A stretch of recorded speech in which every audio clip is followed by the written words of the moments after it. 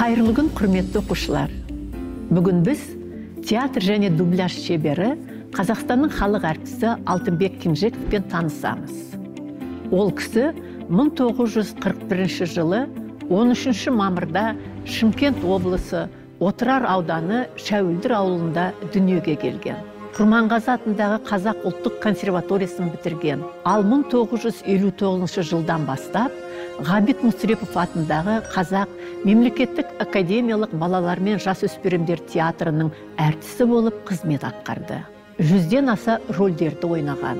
Сахнада еліміздің айтулы тұлғаларын шебер сомдаған. Сатыбалдиннің ұзақ жолындағы Сәкен Сейфуллин, Шыңғыс Айтматовтың жас абайында Абай, Сәбит Мұқановтың Қашқар қызында Шоқан, Хусайыновтың алғашқы ұшқындарында Ғани Мұратбаев, Мұстай Кәрімнің ай тұтылған күнінде Диуана, Сәкен Жүнісовтың Қызым саған айтамында Мұрат, тағы да көптеген образдарды шебер сомдаған. Құрметті оқушылар, Алтынбек ағаның Гамлетіне аздап тоқталғым келеді. Оны қойған режиссер Қазақстанның халық әртісі Маман Байсеркенов болатын. Өлмек пе, қалмақ па? Ендігі сауал екудай. Өмір, өлім, арпалыс деп жазылған өмір туралы философиялық толғамының сыры терең жатыр. Мұны Гамлет Кенжеков жете ұғынған. Сатқындық пен азғындықтың жайлаған ортадан өзін түсінер адам таппай мұңға батады. Актердің әрбір қимылы сөз шындығымен қабысып, жан жүйенді билеп алатын психологиялық толғаныстармен жігіт басындағы шытырман қайшылықтарды нанымды берді. Гамлетті ойнау әр әртістің қолынан келмейді. Бұл сыннан Алтынбек аға сүрінбей өтті. Иә, Гамлетті ғажап, үлкен шабытпен ойнаған рөлі болатын. Өзінің білімінің ақыл парасаты, өзінің өмірде жинаған тәжірибесінің бәрін соған салған. Көптеген әріптестер Алтынбек ағаны Гамлет рөлінен кейін принц немесе Гамлет деп атап жүрді. Құрметті оқушылар, сіздерге қызық болатын болар. Осы жалпы актерлар рөлді қалай сомдайды деп. Әр актердің өз әдісі болатын. Алтынбек аға рөлді алғанда сол рөлдің сөзін бірнеше рет көшіріп алатын. Бүйткен сөздері тезірек есте сақталып қалатын. Сөз ішіне сіңіп кеткенше жұмыс жасайтын. Кейіпкердің мінез құлқын іздейтін, іс қимылы әрекетін, жүріс тұрысын, неге ол жақсы, неге жаман болды, қандай қоғамда өсті, киімі қандай болды, қалай сөйлейтін, бәрін зерттейтін. Ол кісі айтатын, сахнада партнердің көзіне қарандар. Сөз адамның айнасы, өтірік айтып тұрма, шын айтып тұрма, бәрі белгілі болады деп. Бірінші ой қорытындар, сосын сөйлендер деп айтатын. Ал көп партнерлар Алтынбек ағаның көзіне тік қарай алмайтын. Көзі ішкі жан дүниенді аударып жіберетін. Өйткені оның ақыл парасаты, білімі терең болатын. Және спектакль боларда басқа еш нәрсеге қатыспайтын. Көп ешкіммен сөйлеспейтін, қарым-қатынас жасамайтын. Бар назары, ойы ойнайтын кейіпкерде болатын. Ағамыз ешкімге ұқсамайтын өзінің жолын тапты. Кез келген рөлді бас аяғын тап тұйнақтай етіп орындап шығатын. Жас абайын көрген өнер құмар қауым актер Кенжековтың ойынан өздері сол бір асыл жанды айнытпай танығандай болатын. Актер бойындағы сыпайылық, ұстамдылық, адамдармен қарым-қатынас атаулының бәрі қалаулы образын, өң бойын сыйымды да жарасымды шығаратын. Әрбір рөлге жанын салып, өнер менің өмірім деп түсінетін. Алтынбек аға жастайынан өте зергер болатын. Көп кітап оқитын, жан жақты болатын. Музыка мектебінде бітірген домбыра классынан. Күйді керемет тартатын, фортепиано мен гитараны ғажайып ойнайтын. Мандолинмен тамыржылта небір әуендерді орындаушы еді. Кенен Әзербаевтың Базар назарын, Тау халқының тирольдік әнін жүрегімен сезініп керемет айтатын. Алтынбек Кенжеков көптеген рөлге жанр таңдамай кіріп кете беретін. Бүгін трагедия ойнайтын, ертең комедия, одан әрі драма, керек десеңіз мюзиклді да ойнайтын. Құрметті оқушылар, сіздердің әрқайсыларыңыздың хоббиларыңыз бар ғой. Ал Алтынбек ағаның хоббиі сағат жөндеу болатын. Алтынбек аға, өзіңіз шаршағанда сағатты қалай жөндейсіз? Көзге зиян келеді емес пе дегендерге, керісінше адамның шашыраңқы ойын бір жерге топтастырып, жинақтайды деп айтатын. Оған ұқыптылық, шыдамдылық, дәлділік, зерделік керек дейтін. Осы қасиеттердің бәрі өзінде болатын. Алтынбек аға тиянақтылық пен ұқыптылыққа көп мән беретін. Ұстаған кітабы, газет журналы тап-таза болатын. Қалай болса солай шашылып жатпайтын. Ішкі мәдениеті, есте сақтау қабілеті өте жоғары деңгейде болатын. Айтар ойын қадап, нақты жеткізетін, білімдет. Өмірде қарапайым, ал сахнаға шыққанда көрікті болып құлпырып кететін. Жан дүниесі өте әдемет. Ағаның қоңыр әдемі үні болған. Білесіңдер ме?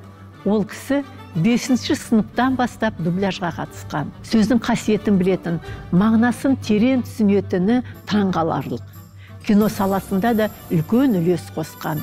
Бір қатар фильмдерде рөл сомдаған. Солардың ішінде ең танымалы Мәжит Бегалиннің «Оның уақыты келді», Шыңғыс Айтматовтың «Жәмила», Әбусейіттің «Өмір жолында». Алтынбек Кенжеков дубляж жасаудың шебері ретінде 2000-нан астам фильмді қазақша сөйлетіп, жан тәнімен беріліп, тіпті кейбір сылбыр түсірілген кино кейіпкерлерінің жанына нәр беріп, әрлендіріп, құлпыртып, айтар ойын жеткізіп жіберетін.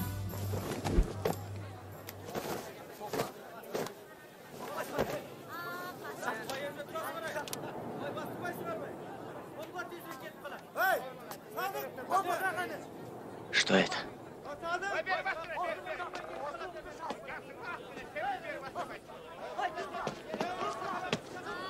Это ты рисовал? А? Мы готовы, Садык! Поехали! Сейчас, иду! Кто это? Отвечай. Тебя спрашивают. Куда они пошли? В какую сторону? На станцию или на разъезд? Садык, мы тебя ждем! Сейчас! Я тебя спрашиваю, куда они пошли, на станцию или на разъезд? Держи! Ресейдің режиссері Эльдар Рязановтың служебный романында Новосельцевті ойнап жүрген Андрей Мягковтан әлде қайда жоғары тұр. Неге? Кейіпкердің ішкі жан дүниесін ерекше сезінуде жатыр. Қазақшасын көріп отырсан, ұмытып кетесің Ресей киносы екенін. Қазақтың өзінің төл киносы, төл туындысы секілді көресің. Бұл құдірет актердің шеберлігінде. Осы шеберліктің арқасында Алтынбек Кенжеков дубляж королі деп атанған. Құлаш-құлаш монологтарды дубляж кабинетінде тез жаттайтын. Келген жас актерлерге айтатын. Осы бастан үйреніңдер, кәсіби тұрғыдан қараңдар, сонда шебер жасалған дүние боп шығады деп айтатын. Сонымен қатар, Алтынбек ағамыздың режиссері ретінде қойған спектакльдері де бар. Ақтановтың «Махаббат мұңы», Оралхан Бөкейдің «Мен сізден қорқам», Шерхан Мұртазаның «Жетім бұрыш», Дулат Исабековтың «Анасын аңсаған қыз». Ал «Анасын аңсаған қыз» деген спектаклінде Оразхан Кенебаевпен қатар Алтынбек аға профессор Каримовты ойнады. Ал мен сол спектакльді басты кейіпкер Перизатты ойнадым. Ол кісімен партнер болдым, көп нәрсе үйреніп, бақытқа бөлендім. Бұл пьесаның негізгі оқиғасы өнер институтына актерлік бөліміне түсуге келген жас талант Перизат айналасында өрбиді. Перизатқа деген ректор комиссияның немқұрайлықтары мен зұлымдықтарына қарсы тұрған жалғыз ғана профессор Сапар Каримов Алтынбек Кенжеков. Адамның жан күйзелісін шынайы жеткізе білген. Ал Перизат өмір бойы анасын аңсап жүреді. Каримович, сәлеміз құттықтық. Одан әрі бесен сүйіп болсаңыз, мен жүре берейін. Иә, айтпақшы, сіз аэропортқа асығып отыр едіңіз ғой. Иә, біз ректорға сәрсенбі екеуміз кіретін шығармыз. Иә, айтпақшы, сіз қазір аэропорттаңыз. Жоқ, қала сыртында өтейміз бар. Дұрыс. Мінекей. Кезінген уақытта, кезінген мәселе бермеймен хабарласамыз болады. Мен көшірдім. Қалай? Қалай шаршы? Керемет емес. Керемет. Профессор, мүше корреспондент, зав кафедра. Құдай сақтасын. Бір адамға осыншама тоқ. Сіз мен көріп тұрған алғашқы тірі докторсыз. Иә, әлгінде мен сізді әшейін жүрген шал екен деп қалған. Ой, үлкен қалаларда шалдар болмай қалалар. Иә, ертең қабылдайтын әншейін шалдар жүрмейді. Иә, ағалар. Сау болыңыз, Сапар Каримович. Сау бол, көкөш. Апай, сау болыңыз. Ал Алтынбек аға Ұлы Отан соғысы басталғанда іште қалған бал екен. Әкесі соғыстан оралмады.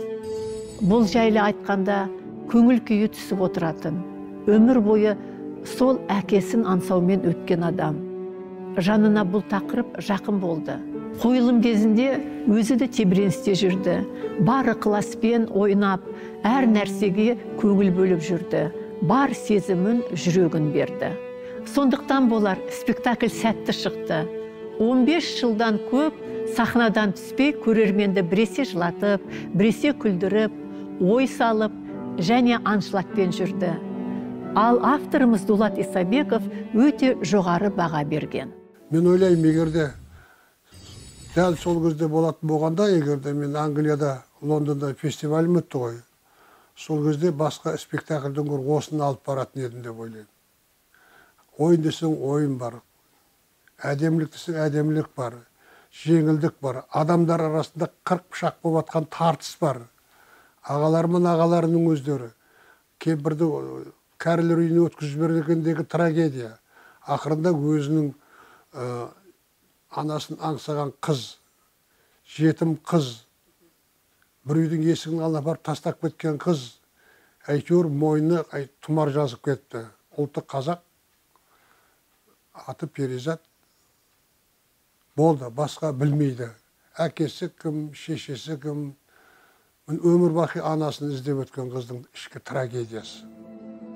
Және Алтынбек ағамен Шахановтың Көкейкесті, Аманшаевтың Мың бір түн, Балғабаевтың Қазақша күрес, Туфан Минулиннің Делефруздың Төрт күйеу спектакльдерінде партнер болдым.